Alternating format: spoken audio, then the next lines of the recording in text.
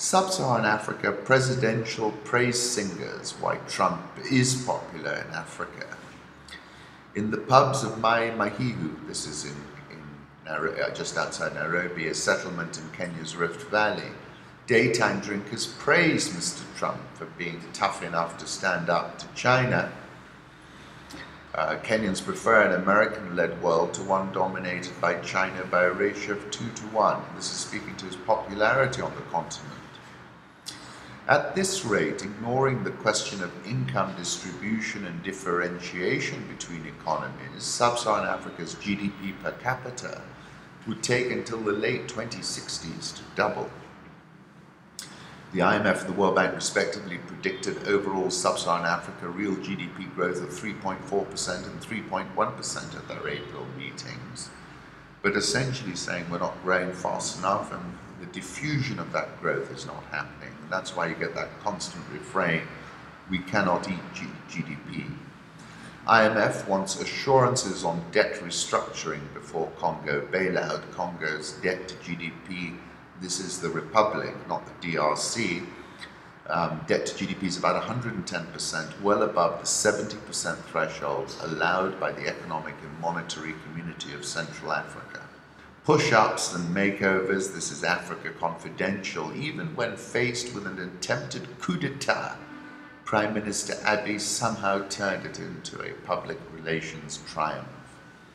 After disgruntled and fully armed troops marched into Prime Minister Abiy's office in central Addis Ababa on 11th of October, initial reports unconvincingly suggested the head of government had simply discussed pay with the 250 or so men.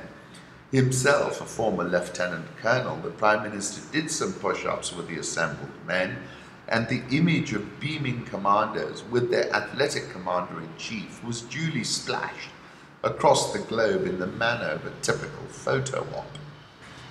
And I wrote about him in July this year, when I said he's evidently a Virillian and Gladwellian figure.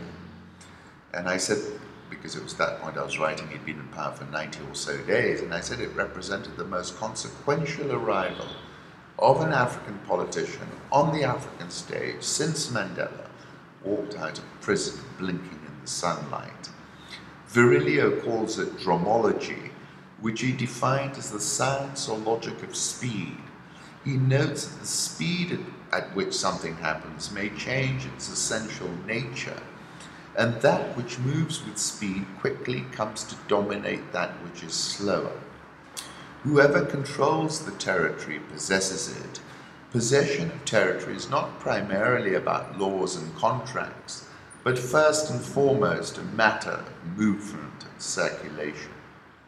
Virilio argues that the traditional feudal fortified city disappeared because of the increasing sophistication of weapons and possibilities for warfare. For Virilio, the concept of siege warfare became rather a law of movement. And that's what I think Abiy's been doing, moving at lightning speed. The old guard is like the traditional feudal fortified city. Prosecutor readies war crime charges against Linden, which is a Swedish oil business. Final phase of filing charges. Former Finmin Gigaba said on Sunday a private sex video was leaked after his phone was hacked and he had faced blackmail threats over it when he headed the Treasury. And someone tweeted back, private sex video, some people's Maslow hierarchy of needs curve, follow hedonistic paths. South African all shares down 14.57% year to date. Dollar versus Rand last trading at 14.5892. Egyptian pound 17.84. Nigeria, now the race looks serious as Africa Confidential. Challenger Atiku Abubakar has built a new coalition, but strong northern support for President Buhari will give him staying power. And they conclude by saying, more influential still is cash. Street wisdom explains this plutocratic competition as government of the greedy, by the greedy, for the greedy, in an economy fueled by government contracts diverted through the patronage networks. Nigerian all shares minus 13.95% year to date. Ghana Stock Exchange is up 9.34% year to date. A new law criminalizes questioning the accuracy of state data in Tanzania. UK's SFO says ex-Afrin executives convicted of fraud and money laundering, quite a tale.